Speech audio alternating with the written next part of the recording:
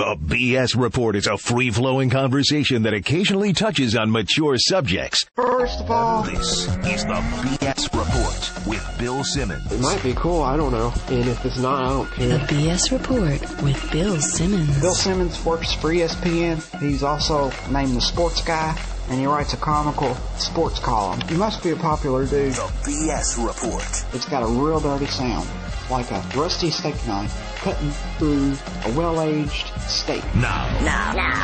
Here's Bill Simmons. All right, we're taping this on a Monday. It's running on Thursday. Hopefully he doesn't get hurt between now and then. We have had bad luck in our last interaction. We didn't meet, but we were in Mexico at the same time, and he ended up with the swine flu. Now he is on the Subway Fresh Take Hotline. I really hope you don't get hurt over the next 3 days. Landon Donovan, what's happening? Thanks for that, man. You were late because you were at a dog park, which I respect, as I am a longtime dog lover. Working off some steam after a really weird Friday playoff game, I guess? Yeah, it was kind of weird. I was thinking about it. I've played some games where it's been bad lighting or dark or whatever, but maybe even having the lights go out once, but having it go out twice and for that long, it was kind of bizarre. How do you stay, in the rhythm? How do you, stay sweaty? What do you do? Well, I was actually proud of our guys because sometimes when we play qualifiers, there's a lot of things that can go wrong or can happen. Over time, you kind of just get used to it and you kind of deal with it. But a lot of our guys haven't dealt with stuff like that. So there's two parts. The physical is one part where it was a fairly chilly night for us Californian presidents. Yeah. And you got to keep yourself going, keep yourself warm. But more importantly is mentally you got to stay in it because, right when the whistle blows, it's time to go again. So it was interesting, but I was proud of how we dealt with it. Well, the bigger danger is it kind of kills the crowd because, as you said, it was the coldest night of the fall so far. Right. And then they're just sitting there in the dark for 20 minutes, basically. I know, but there was kind of a cool feeling about it. You could sense that people were a little bit excited and didn't really know how to react, so they just started cheering. And, it's one of those things where you can remember that one day and think, I was there and that was a pretty cool night. Well, I'll tell you how I'm going to remember it. I had a book signing in Anaheim, and then I had to go right to a birthday party. So I TiVo'd it, and I added the extra half hour, which for soccer is the most reliable thing you can do. Because, the periods are always the same length, and if there's going to be extra time, it's going to be whatever. So 2.5 hours, it's not going to go beyond that. So it goes right into extra time, and then my thing cut out, and I had to go online and watch the highlights, which I was mad about. But so you scored in extra time, and then you had the penalty kick, I guess the whammy. What do they call those? The clincher? What is it called when you go up by two? The which one? Yeah, but it's kind of weird in soccer because sometimes, depending on how early you score or you get a 2-0 lead, then it can be dangerous because the team scores and gets momentum, they can score again, and then you're really in trouble. But at that point of the game with 5 or 10 minutes left to score, the second goal was huge. Why are you so good at penalty kicks? For your career, you're 550 for 552 or something. Some crazy number. That might not be accurate, but... You made that up? I made that up. Well, penalties are interesting because, someone was asking me, is it harder to take a penalty, you think, or to make a free throw? Which one would be harder to do? And penalties are a little harder because, first of all, you have opposition. It's not like it's just you and the net and you're trying to hit the net. Yeah.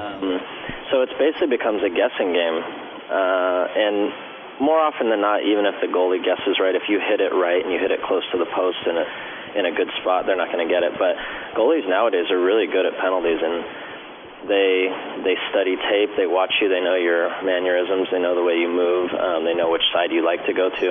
So for me, I try to flip it and also know the goalie, know what his strengths and weaknesses are.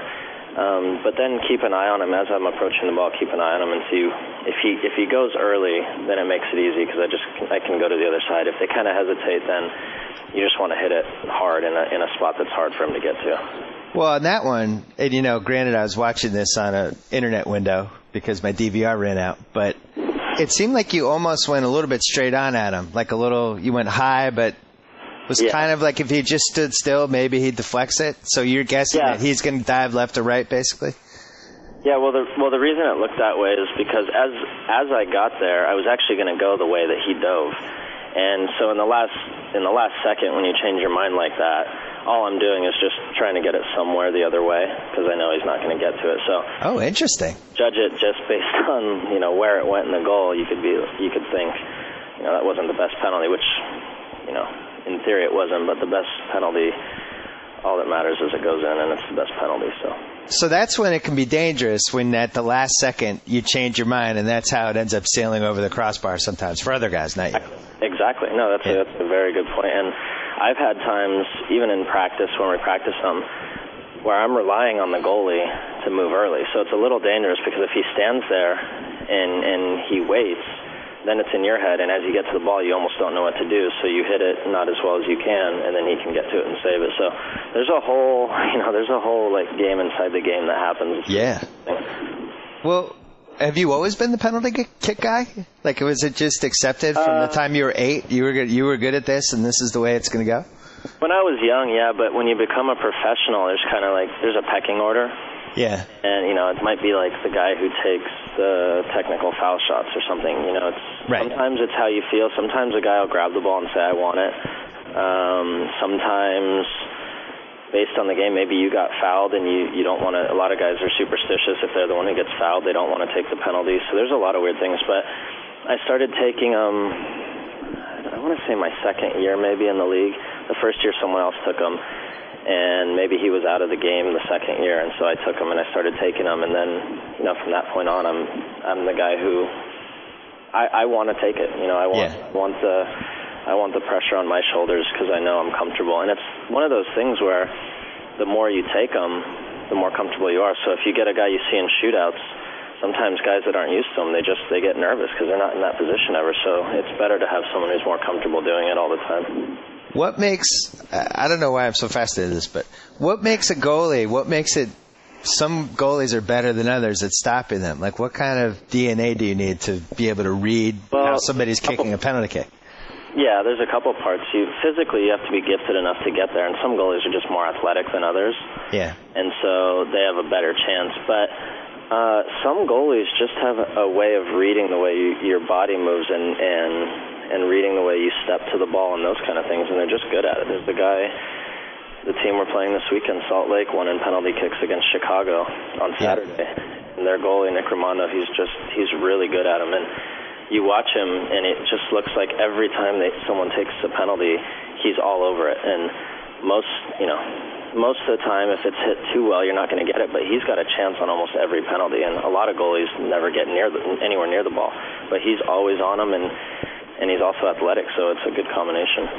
You also do corners. What is the mentality with those? I used to till David got here. Well, but you do them for the Team USA. Yeah, with the U.S. That's really just a mechanical thing. It's hitting the ball in the same spot every time. It's just practice, so.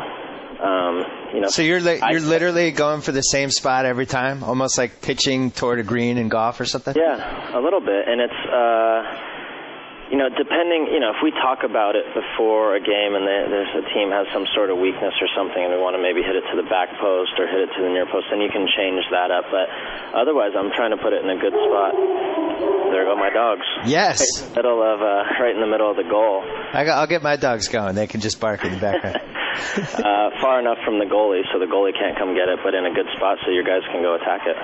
Right. And then what about free kicks? You do more of those maybe for Team USA than the Galaxy, but yeah, I don't think David's letting me take any free kicks. Yeah, he's better at that than it seems like. Like his skill at that ranks with anybody's skill in any sport. It seems like ridiculous. And when you realize kicking a ball in itself is not the most natural thing, especially for American people who grow up in America and in sports. Like, we can all throw a football and shoot a basketball, but kicking a ball is not easy. But when you realize how much skill that takes to do that, and not only do it once, but to do it consistently, or in big games when pressure's on, it's amazing that he can do what he can do. Well, I've come full circle. Well, I guess it would be a half circle on soccer. And I think when when Beckham came here, and I still didn't really. I'd gotten kind of sucked in by the World Cups and stuff like that, and it was definitely growing on me. But I wasn't at the point yet where I could appreciate the stuff that he does and how difficult it is. And that's really, I think the last stage as a casual soccer fan when you can kind of appreciate all the subtle stuff that he does and how he puts the ball. Like, it's just perfect. Like, it's on a string for him. And at the angles that he sees and the angles that you see, guys like that. Do you get frustrated that casual soccer fans who don't really know the sport can't notice that stuff, really? I think that happens probably in all sports, though. Like, I've recently started, when I go to sporting events and stuff. I was at the Laker game last night. I'll watch guys and try to pick up on little things that they do, because I think for me that's pretty interesting to watch the way they react, the way they move, the way they do things. Right, the footwork. Like, if you have no idea what it takes to do that, like sometimes people would call me or they'd be like, listen, man, why don't you just shoot more? Like it's that easy. Why didn't you shoot on that play? And I'm thinking, you have no idea what's going on. Like, it's so simple to people watching from the outside. But when you're in the game, and it's obviously a lot different. Well, that's why somebody like Josie, I think, can translate to the really casual fans, because his game isn't, it's more of a power game. He's boxing guys out. He's using just his sheer... I guess his physique, I don't know what you'd even call it, but he's so physically imposing out there that it would seem like that would translate to somebody who doesn't know that much about soccer more than the stuff you do, correct? Sure. Yeah, and you can't even imagine how physically gifted he is. And right. I think he's still, even at 19, 20, however old he is, he's still figuring out all the things he can do with his body in a game and how he can move to better use it. But it's freakish how talented he is.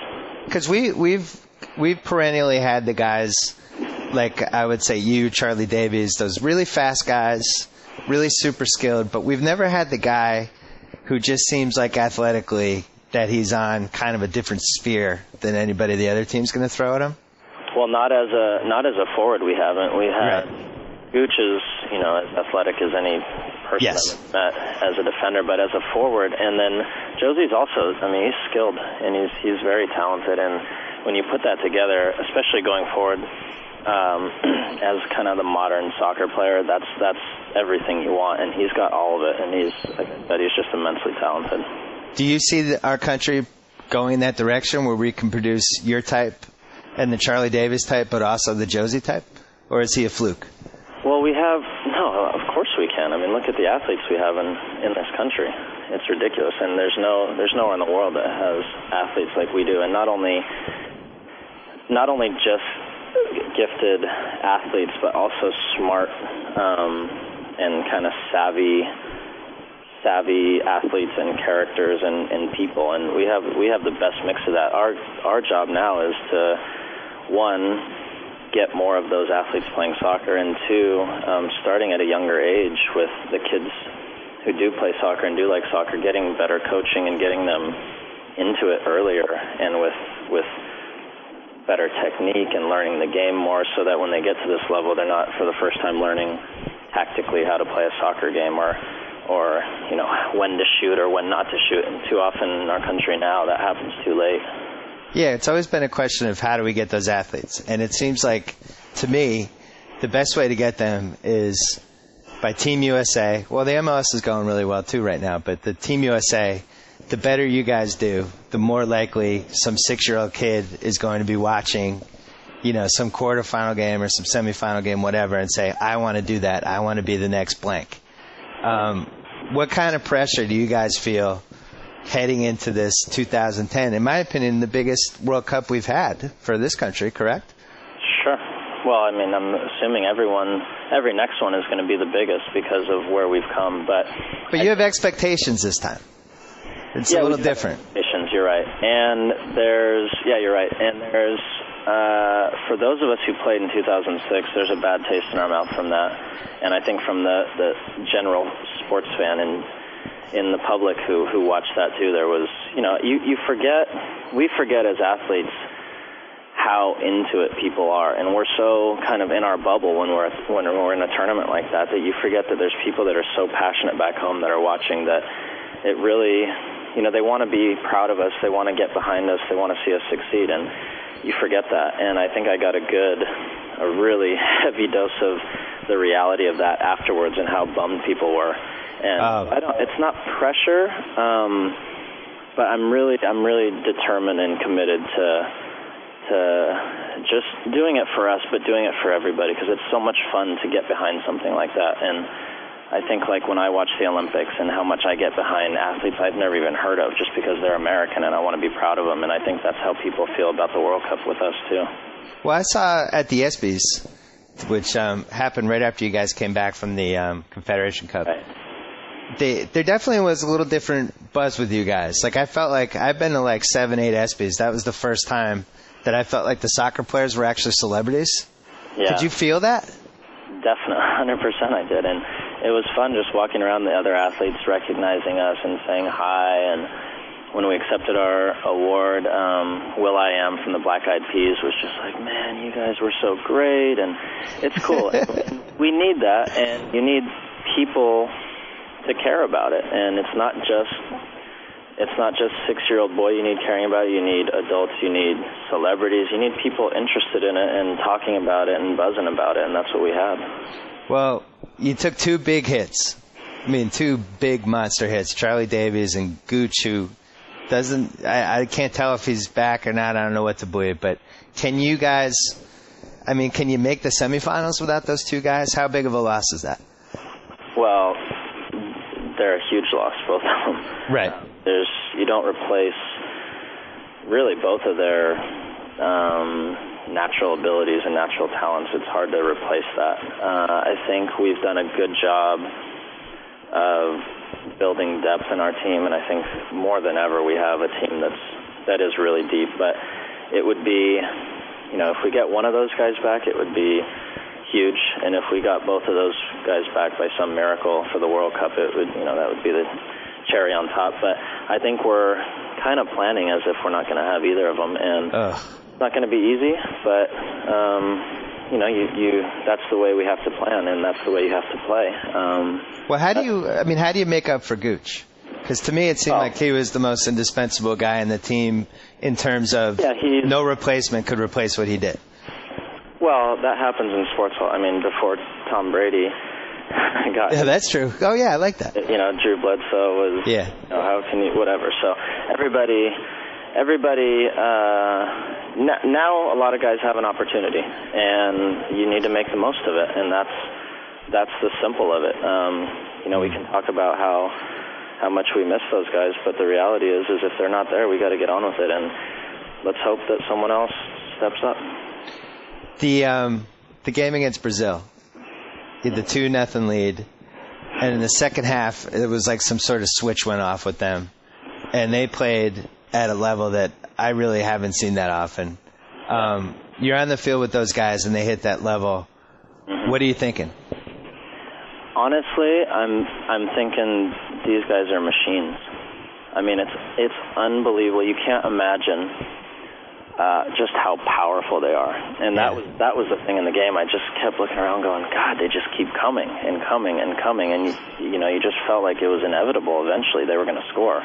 Yeah. And they're just, you talk about like gifted athletes. They have, in Brazil it's different than America. They have the 11 best athletes in their country on the field. Yep. So, imagine if we had Kobe and LeBron and Michael Vick and, whatever, name the top 10 athletes in the country on the field, and they're all smart. They understand the game. They know how to play. And that's what you had, and that's what we were up against that day. Ugh. It was unbelievable to watch. It was kind of became a foregone conclusion. You just knew, as you said, that they went into machine mode. But to watch the way those guys play together, can America hit that point? Because watching Brazil that day, it almost seemed to me like those guys had all known each other since they were 4 years old. I'm sure that's not true, but when will America get to that point where it feels like, I feel like all the guys that you're playing with and you've known them for 20 years? Yeah. No, there are some parallels, though, because in Brazil, they have a way of playing and a style of playing that even the kids that are 5, once they start playing as youngsters, they understand that. They watch it. It's in their blood. They've seen it. See it on TV. So they all understand that, and I think that's what Bob, our coach, is trying to instill, from starting with him and then to the Olympic team, the under-20 team, the under-17 teams, and to youth coaches around the country, is start developing a way of play so that when guys come into the national team eventually, they understand what it is, and you just step right in and you fill that role. And then, of course, then you have to get the more talented players. But if you get a mix of that, that's what Brazil has, and they have 2,000, 5,000, 10,000 of these kids that are all understand the game on that level. They know how Brazil plays, and then they just pick the 11 best athletes, and then you go from there. Do you feel like soccer in this country, like something's happening? I mean, I know you felt it at the ESPYs, but just in general, over, you've been a prominent guy now since 2002, I would say. Right. How has your life changed at all with how soccer has kind of evolved in this country? You know what? I have seen it different now lately. And the difference is in 2002 when we got back from the World Cup, there was a big buzz, and we had no idea what was going on because we were in South Korea, so we were so far removed from American society. Yeah. And when we got back, there was a heavy media blitz and attention and all that, but it subsided pretty quick. And I think the difference now is, and maybe it's just been the momentum of everything, and the way it's happened, but it seems like there's more staying power with everything. And I think doing what we did this year, coming back, everything that happened with David and the Galaxy doing well, and now leading into the World Cup, I think people are just thinking about soccer a lot more, and for us, that's great. And you've also, the best thing about the MLS is you develop some pockets where people, you develop Seattle, you develop Houston, I think LA. There's been a couple other cities, but it does feel like it's got a firmer hold than it did, especially in LA. Have you felt that change in LA the last 4 or 5 years? I feel it when I walk around because it seems like everybody knows who we are now. And that's clearly the David Beckham factor, in that everybody at least knows who the Galaxy are. In the past, you'd say the Galaxy, and some people would be like, what is that? And now everybody knows who that is. And then with me, I see it when I walk around. A lot more people recognize me than ever have, and you can tell that people are more aware. Does that change the way you act? Are you like wearing chains and stuff now? Or? Is a celebrity got on your head? Yeah. See, I used to wear like a hat a lot and glasses, and now I'm like, whatever. It's kind of cool. The Beckham thing, the book, you get asked about it a million times. I hate asking questions that you get a bunch of times before, but the fallout from the Beckham book and whether you guys got along or not, and then you took your shots, and now you get along, now you're winning, like, ultimately was kind of a good thing for soccer, I feel like. It got people talking. Hard to say. Sure. I think it's hard to say. It would be hard to say it wasn't a good thing. The problem is that you have real people involved in it. So, while everyone, in the broader sense, says that was great for soccer, it clearly wasn't the smartest decision I've ever made, and, it obviously didn't feel great for David to hear those things. But I think, to answer your question, of course it was good for soccer, but the intention behind all of it for both of us was we were just sick of losing and sick of feeling being miserable in our careers, and so it was time to change something. That's not going to change the way you talk to the press now, is it? Like, you feel like you were too candid, you never want to be like that again? Well, it's funny because a lot of, it's kind of always been, I guess, in the media's eyes, a great attribute, but in a lot of ways, a downfall of mine is being a little too candid. And I have to be smart about what I say and when I say it and how I say it, but I'm never, and I never have been one to keep my mouth shut if something's bothering me, and I'll just do it in more appropriate ways now. Well, and in your defense, a lot of what you said was pretty accurate, and it didn't seem like he really wanted to be a member of the team. Now he does.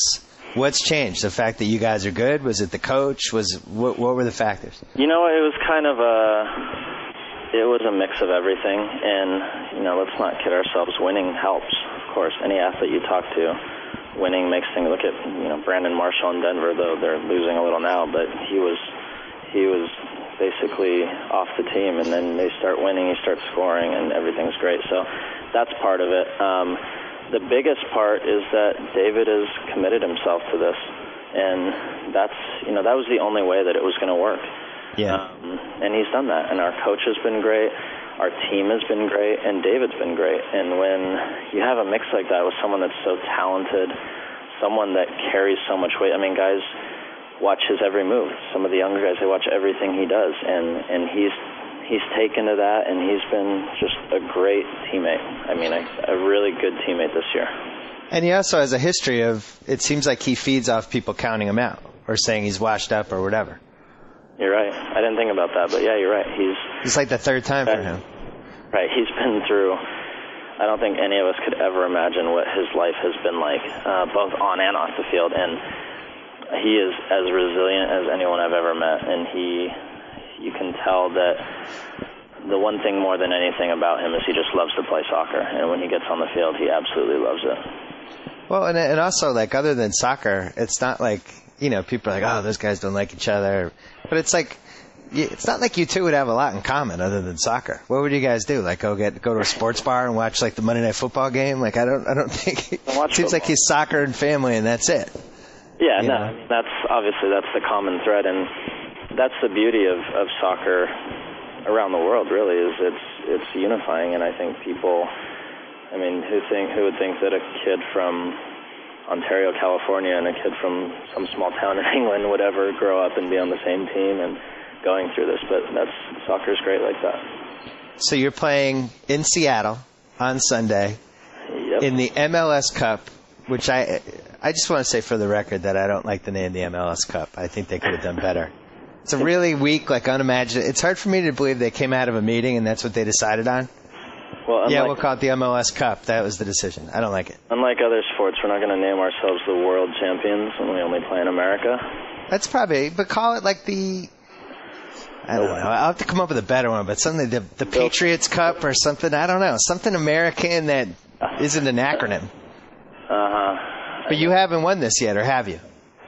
What? Have you won the MLS Cup? I can't remember. Career? Yes, I have. With what team and what year was it? I've won it 3 times, twice with them. Oh, that's embarrassing. See, I told you, I just got into soccer a year and a half ago. Oh, man. You don't even Hey, I could have researched that, and I didn't. So, oh, wait, that's not good either. All right, so, but this would be the most satisfying, though. Please say yes. It would.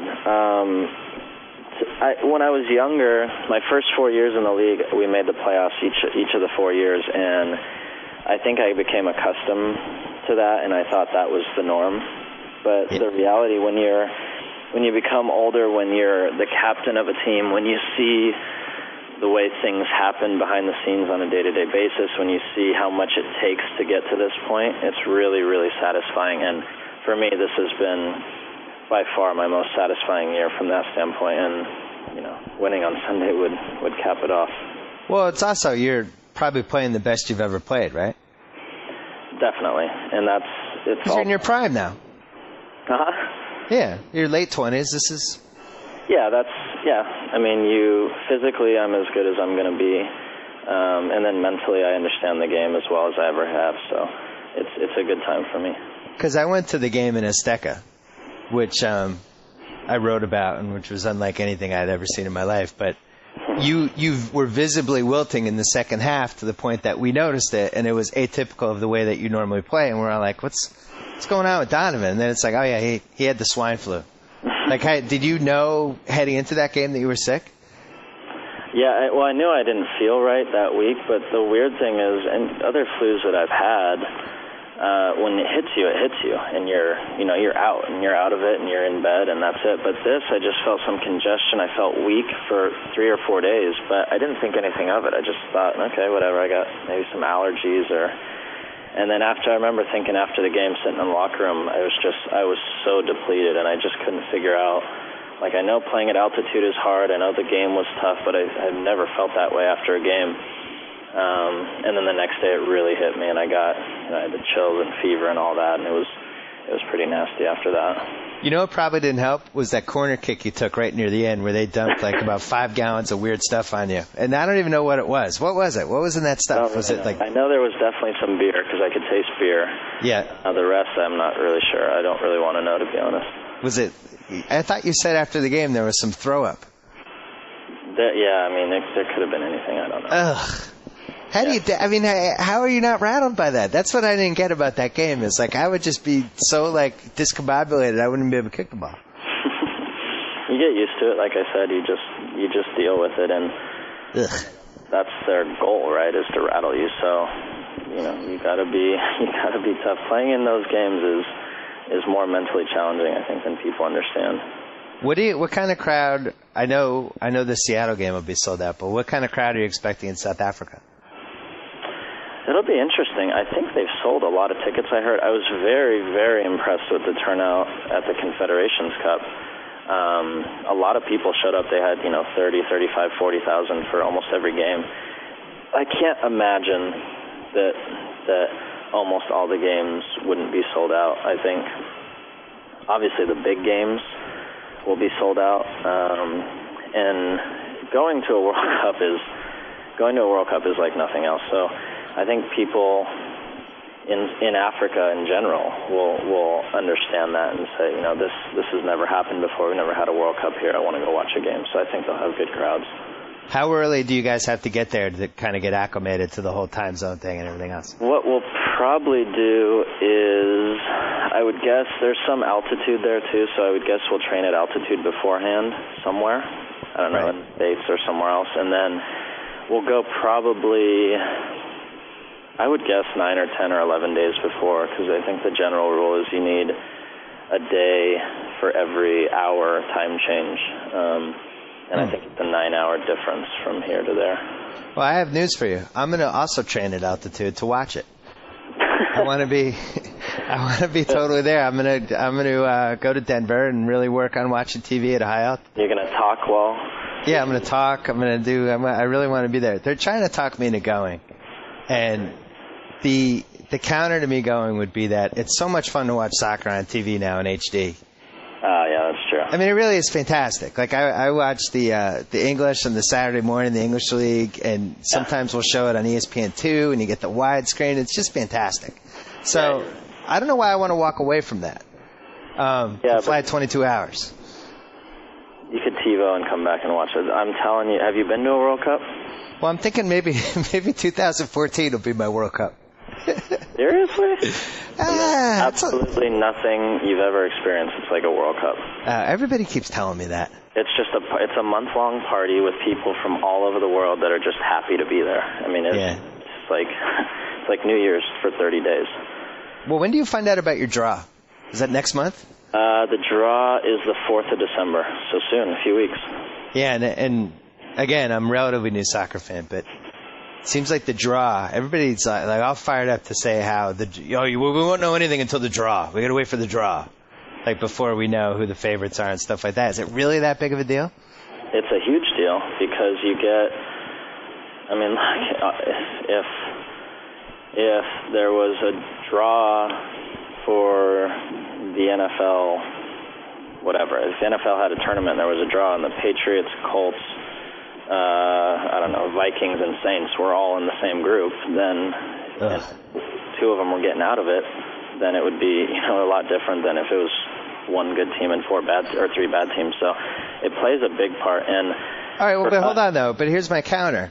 Like, why would they design the draw that way? Don't they have protections? No. Yeah. They have 8 different groups, and the top 8 teams in the world each get seeded into one of those groups, so they can't play each other. But then after that, there's a handful of teams that could be in that top group but just missed out. So if one of those top 8 teams plays one of those teams, then your group immediately becomes a lot harder. And for us, in theory, we could put into a group like we were in 2006 with 2 of those top tier teams, one of them being the seeded team and one of them being in our group. So that's what happened with Italy and the Czech Republic. Yeah. And it obviously made our job a lot harder. But so there's no chance you will be one of the 8 seeded teams? There's an extremely slight chance, but I don't think so, no. Because you had a lot of qualifier points. It really wasn't. It was like over 20. I think we're 9 or 10 or 11 right now in the way they seed those things, and what our downfall was, they take your last World Cup, and that's the heaviest weight they put into these things, and our last World Cup was obviously bad, so if we have a good World Cup this time, there's a good chance we would be next time. So worst case scenario, you're in a group that has one of the top 3 teams, and then another high seed that wouldn't have made the top 8, but is kind of in the ballpark, and then you have 2 really tough games. Exactly. So, yeah, all right. Off the top of my head, you could have Brazil and then have, I don't even know if Holland is in the top 8 or not, but they could be ranked 9th or 10th, and you could get Brazil and Holland and then us, and that would be obviously difficult. I'm not going to overthink it, but I don't want to see Brazil in the draw. I'd like them to be in other people's draw after watching that performance they had. Yeah, probably a good idea. All right, well, good luck in the Patriot Cup. I'm not calling it the MLS Cup. I've renamed it. Yeah, the Boston reference in. Good luck winning your 4th MLS Cup, but only the first that I can remember, because I'm going to be watching Sunday night, 8:30. And are you considered the favorite in this game? I would say so, yeah. But I mean, at this point, it's a crapshoot. And the crowd is great in Seattle. Like, they'll turn out and it'll be good. Fantastic. That place is great, and they've done a great job there. So I expect it to be a really good crowd. If you had to pick a city for Team USA to play all their games, where we would have the best home field advantage and not a lot of fans from whatever other country we're playing, wouldn't Seattle be a good pick for that? That's a great question. It's going to be really hard to get a lot of like foreign country type people to drift over, because I had initially argued for RFK Stadium, but then all the readers were saying, no, that's a terrible place because you get all these different nationalities who could come and support Mexico or Spain. This has been good for us. Which one? Columbus has been good for us historically. Oh yeah, hard to get to, and it's just cold and it's hard. So I think Seattle's great, though. I think especially now with the way the franchise has gone, if they had a game there. Or if we had our games there, I think they would always sell it out. I would love for us to pick a city, because I was the most impressed by Azteca. Just felt like, I didn't know which team was better. We talk about that a lot too. Yeah. Some of the guys, we've talked about that a lot. How nice it would be to just have one stadium. But it's kind of cool too, playing in America. You can go to all these different places and people get a chance to see us play, and that's cool. But it would be nice to have a place we call our own that's like a real home field advantage all the time. All right. Well, good luck on Sunday. We'll talk to you before the World Cup. Stay healthy, and I wish you the best. Not just Sunday, but man, if we could pull off something in 2010, that'd be pretty cool. I'm hoping so, man. All right. Take care. Thanks a lot, Bill. So I get to sign off. Whoa! Thank you for downloading the BS Report with Bill Simmons. Too much fun. Check out more podcasts at the iTunes Music Store or at Pod Center at ESPNradio.com. Peace out.